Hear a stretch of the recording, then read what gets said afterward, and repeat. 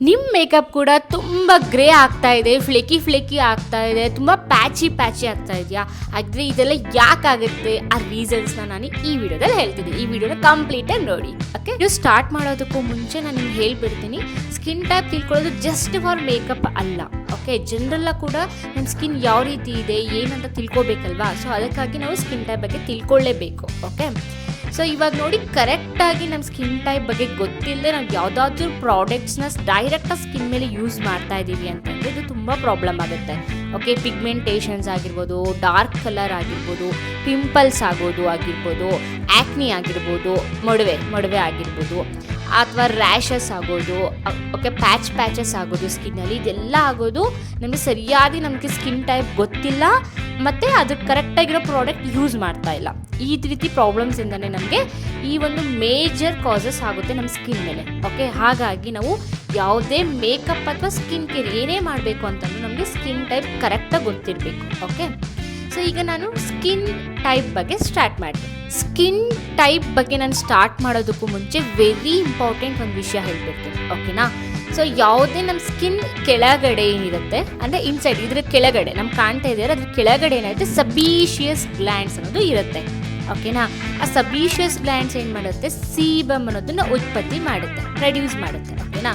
ಆ ಸೀಬಮ್ ಅಂದರೆ ಏನು, ಅದನ್ನು ಆಯಿಲ್ ಅಂತ ನಾವು ಹೇಳ್ತೀವಿ, ಆಯಿಲಿ. ಈಗ ನೀವೇನಾದರೂ ಬೆಳಗ್ಗೆ ಎದ್ದಿದ ತಕ್ಷಣ ಅಥವಾ ಹೊರಗಡೆ ಓಡಾಡಿದಾಗ ಈ ಥರ ಜಸ್ಟ್ ಟಚ್ ಮಾಡಿ ನೋಡಿ, ನಿಮಗೆ ಒಂಥರ ಲೈಕ್ ಆಯಿಲ್ ಥರ ಕಾಣಿಸುತ್ತಲ್ಲ, ಅದನ್ನು ನಾವು ಸೀಬಮ್ ಅಂತ ಹೇಳ್ತೀವಿ. ಅದು ಸಬೀಷಿಯಸ್ ಗ್ಲ್ಯಾಂಡ್ಸಿಂದ ಬರುತ್ತೆ. ಓಕೆ, ಈಗ ಈ ಸಬೀಷಿಯಸ್ ಗ್ಲ್ಯಾಂಡ್ಸು, ಈ ಸೀಬಮ್ ಏನಾದರೂ ಕಡಿಮೆ ಇದ್ದರೆ, ಓಕೆನಾ, ಸ್ವಲ್ಪ ಕಡಿಮೆ ಅಂತ ಅನಿಸ್ತಾ ಇದೆ, ಅದು ಡ್ರೈ ಸ್ಕಿನ್ ಅಂತ ಹೇಳ್ತೀವಿ. ಅದೇ ಜಾಸ್ತಿ ಇದ್ದರೆ ಆಯಿಲಿ ಸ್ಕಿನ್ ಅಂತ ಹೇಳ್ತೀವಿ. ಓಕೆನಾ? ಅದು ಇಲ್ಲಿ ಮಾತ್ರ ಇದೆ, ಇಲ್ಲೆಲ್ಲ ಇಲ್ಲ ಅಂತ ಅಂದರೆ ಅದು ಕಾಂಬಿನೇಷನ್ ಸ್ಕಿನ್ ಅಂತ ಹೇಳ್ತೀವಿ. ಅದು ಸರಿಯಾಗಿ ಕರೆಕ್ಟಾಗಿ ನಮಗೆ ಜಾಸ್ತಿನೂ ಇಲ್ಲ ಕಡಿಮೆನೂ ಇಲ್ಲ, ಬ್ಯಾಲೆನ್ಸ್ಡಲ್ಲಿ ಇದೆ ಅಂತಂದರೆ ಅದನ್ನು ನಾವು ನಾರ್ಮಲ್ ಸ್ಕಿನ್ ಟೈಪ್ ಅಂತ ಹೇಳ್ತೀವಿ. ಓಕೆ, ಅದೇನಾದರೂ ಪ್ರಾಬ್ಲಮ್ ಆಗಿದೆ, ಡ್ಯಾಮೇಜ್ ಆಗಿದೆ ಅಂದರೆ ಅದನ್ನ ಸೆನ್ಸಿಟಿವ್ ಸ್ಕಿನ್ ಅಂತ ಹೇಳ್ತೀವಿ. ಅರ್ಥ ಆಯ್ತಾ? ಸೊ ಈ ರೀತಿ ನಾವು ಇದರ ಬೇಸಿಸ್ ಮೇಲೆ ನಾವು 5 ಟೈಪ್ನ ನಾವು ಹೇಳ್ಬೋದು. ಓಕೆನಾ? ಇದಕ್ಕೆ ಇದೊಂದೇನೋ ಇನ್ಫ್ಲೂಯೆನ್ಸ್ ಆಗುತ್ತೆ ಇಲ್ಲ, ಈ ರೀತಿ ಇದಾಗೋದಕ್ಕೆ, ಕಡಿಮೆ ಆಗೋದಕ್ಕೆ, ಸೀಬಮ್ ಅಂದರೆ ಈ ಒಂದು ಆಯಿಲ್ನೆಸ್ ಏನಿದೆ ಫೇಸಲ್ಲಿ ಅದು ಕಡಿಮೆ ಆಗೋದಕ್ಕೆ, ಜಾಸ್ತಿ ಆಗೋದಕ್ಕೆ, ಸೊ ಅಥವಾ ಸಮ ಪ್ರಮಾಣದಲ್ಲಿ ಇರೋದಕ್ಕೆ, ಸೊ ಎಲ್ಲದಕ್ಕೂ ರೀಸನ್ಸ್ ಇದೆ. ಅರ್ಥ ಆಗ್ತಿದೆಯಾ?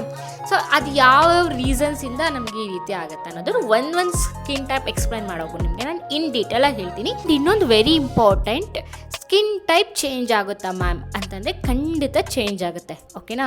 ಸ್ಕಿನ್ ಟೈಪು ನಿಮ್ಮ ಬಾಡಿ ಕಂಡೀಷನ್ಸ್ ಏನಾದರೂ ಚೇಂಜಸ್ ಆಗ್ತಾ ಇದ್ದರೆ ಚೇಂಜಸ್ ಆಗುತ್ತೆ, ಹಾರ್ಮೋನಲ್ ಚೇಂಜಸ್ ಆದರೆ ಚೇಂಜಸ್ ಆಗುತ್ತೆ, ಎನ್ವೈರನ್ಮೆಂಟ್ ಕಂಡೀಷನ್ ಆಚೆಗಡೆ, ಓಕೆ, ವಿಂಟರ್ ಇದ್ದರೆ, ಸಮ್ಮರ್ ಇದ್ದರೆ, ಸೊ ಈ ಟೈಮ್ಸಲ್ಲೆಲ್ಲ ನಿಮಗೆ ಚೇಂಜಸ್ ಆಗ್ತಾ ಇರುತ್ತೆ, ಸ್ಕಿನ್ ಟೈಪ್ ಚೇಂಜ್ ಆಗುತ್ತೆ. ಅರ್ಥ ಆಯ್ತಾ? ಸೊ ಅಂಡರ್ ಟೋನ್ ನಮಗೆ ಯಾವತ್ತೂ ಚೇಂಜ್ ಆಗಲ್ಲ, ಅಂಡರ್ ಟೋನ್ ಹೇಳುವಾಗ ನಿಮ್ಗೆ ಅದನ್ನು ಹೇಳ್ತೀನಿ. ಓಕೆ, ಬಟ್ ಸ್ಕಿನ್ ಟೈಪು ಯಾವಾಗೂ ನಮಗೆ ಒಂದೇ ಇರೋದಿಲ್ಲ, ಸ್ಕಿನ್ ಟೈಪ್ ಚೇಂಜ್ ಆಗ್ತಾ ಇರುತ್ತೆ. ಓಕೆನಾ?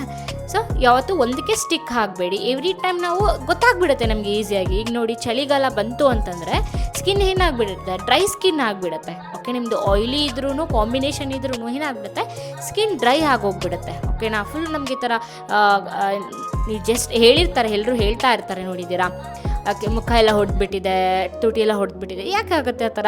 ಯಾಕೆಂದರೆ ಅದು ಚಳಿಗಾಲದಲ್ಲಿ, ವಿಂಟರ್ ಸೀಸನಲ್ಲಿ ಯೂಶ್ವಲಿ ಹಾಗೇ ಆಗುತ್ತೆ. ಓಕೆನಾ? ಹಾಗಾಗಿ ಸ್ಕಿನ್ ಟೈಪ್ ಚೇಂಜ್ ಆಗುತ್ತೆ.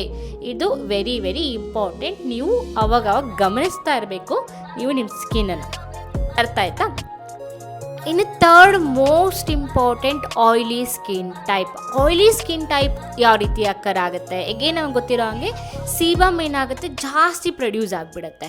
ಓಕೆನಾ? ಅಂದರೆ ಓವರ್ ರಿಯಾಕ್ಟಿವ್ ಆಗಿಬಿಡುತ್ತೆ ಸಬೀಷಿಯಸ್ ಗ್ಲ್ಯಾಂಡ್ಸ್, ಹಾಗಾಗಿ ಸೀಬಮ್ ಜಾಸ್ತಿ ಪ್ರೊಡ್ಯೂಸ್ ಆಗಿಬಿಡುತ್ತೆ.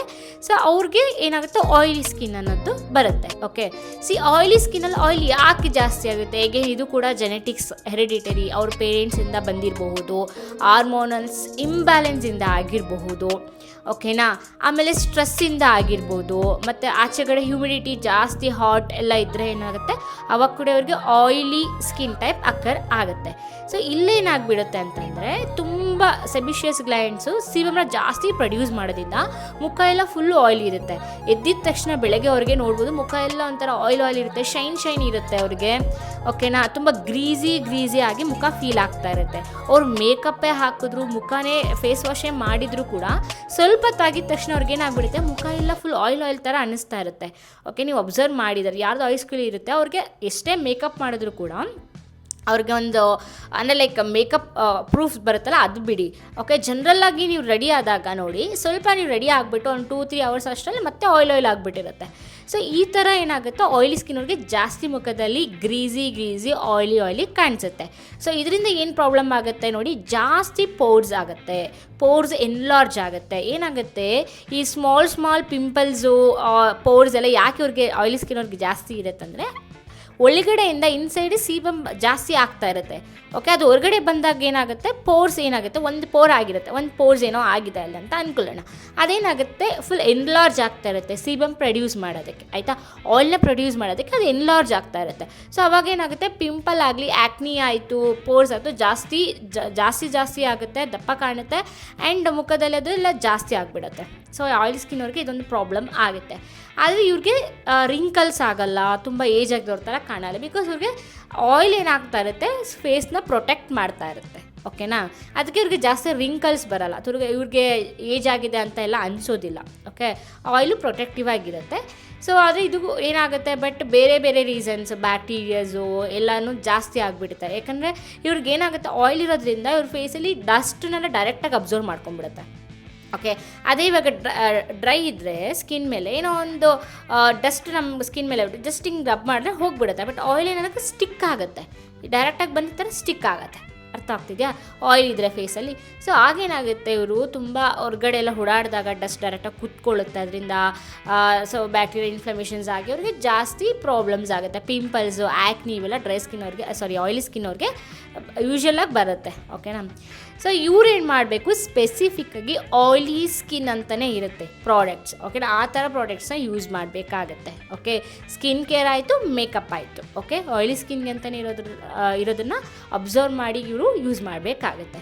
ಏಕೆಂದರೆ ನಾನು ಹಾರ್ಮೋನಲ್ ಚೇಂಜಸ್ ಇಂದ ಕೂಡ ಆಗುತ್ತೆ ಅಂತ ಹೇಳಿದ್ನಲ್ಲ, ಇವ್ರಿಗೆ ಸ್ಟ್ರೆಸ್ಸು ಆ ಥರದ್ರಿಂದನೂ ಆಗುತ್ತೆ. ಬಟ್ ಇದು ಎಗೇನ್ ಚೇಂಜ್ ಆಗ್ತಾ ಇರುತ್ತೆ, ಇದು ಪರ್ಮನೆಂಟ್ ಇರೋದಿಲ್ಲ. ಇದು ಕೂಡ ನಿಮಗೆ ಮಂತ್ಸು, ಡೇಸಲ್ಲಿ ಕೂಡ ನಿಮಗೆ ಚೇಂಜಸ್ ಆಗ್ಬೋದು, ಹೇಳೋಕ್ಕಾಗೋದಿಲ್ಲ ಯಾವ ಥರ ಚೇಂಜಸ್ ಆಗುತ್ತೆ ಅಂತ. ನೀವು ಅವಾಗ ಸ್ಕಿನ್ನ ಅಬ್ಸರ್ವ್ ಮಾಡ್ತಾ ಇರಬೇಕಾಗತ್ತೆ. ಓಕೆ, ಈ ಒಂದು ವಿಡಿಯೋ ನೋಡಿದ್ದಕ್ಕೆ ಥ್ಯಾಂಕ್ ಯು ಸೋ ಮಚ್. ಮತ್ತು ಇದೇ ರೀತಿ ಇನ್ಫಾರ್ಮೇಷನ್ ವಿಡಿಯೋಗೋಸ್ಕರ ನನ್ನ ಚಾನಲ್ನ ಸಬ್ಸ್ಕ್ರೈಬ್ ಮಾಡಿ. Thank you.